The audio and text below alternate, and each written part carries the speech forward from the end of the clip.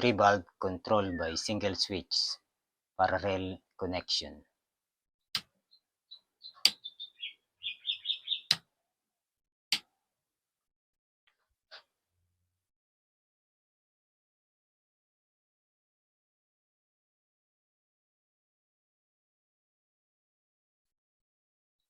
Naglagay na pala ako ng mga wire sa supply at sa mga receptacle.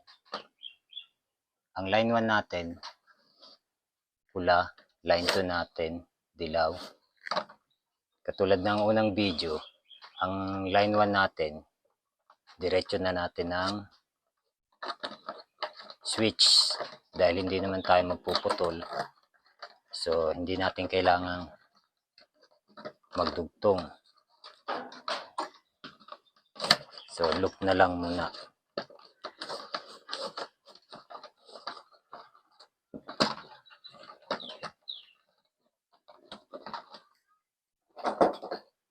Then, switch. Ang return natin, kulay blue.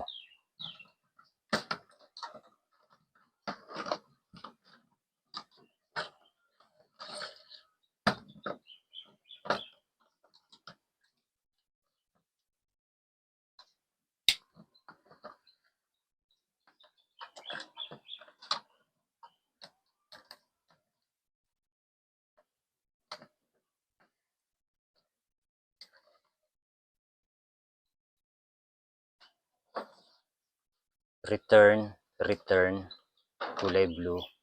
Connectan natin ng blue.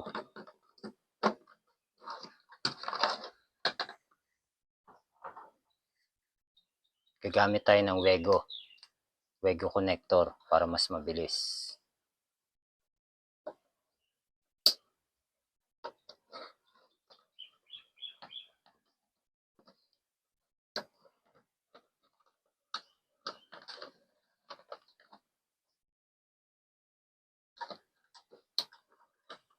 Dali lang.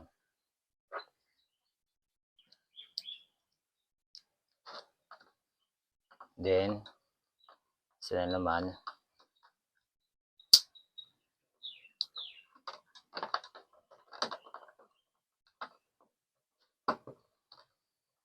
Dito, hindi na rin ako nagputol dahil hindi naman kailangan.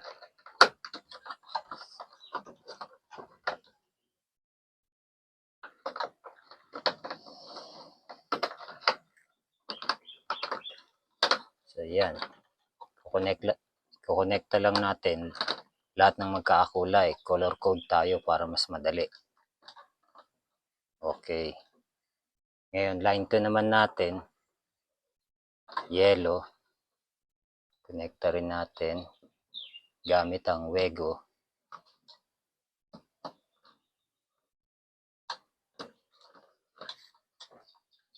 Then,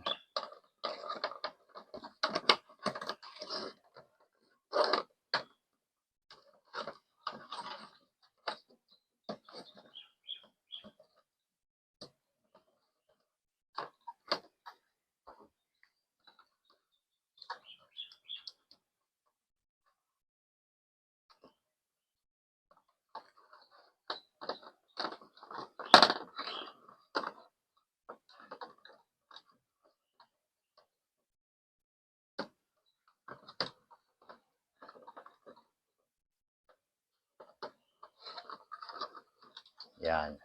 Tapos na ang installation natin. Review tayo. Ang red natin, line 1, papunta sa switch. Then, return, papunta sa mga ilaw. Blue. Yung blue, pumunta sa sunod na receptacle. Yung isang blue, diretso, papunta sa pangatlo. Line 2 natin, dilaw, pumunta sa ilaw, pumunta sa isang junction box, papunta sa isang ilaw uli, plus yung kabilang dulo, dilaw. Ngayon ang mga wattage natin, magkakaiba. Isang 7 watts, isang 5, at isang 3. Okay na, complete circuit.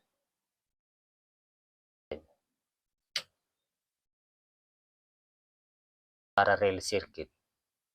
Ibig sabihin, kahit mapundi tong isang ilaw, gumagana pa rin yung dalawa.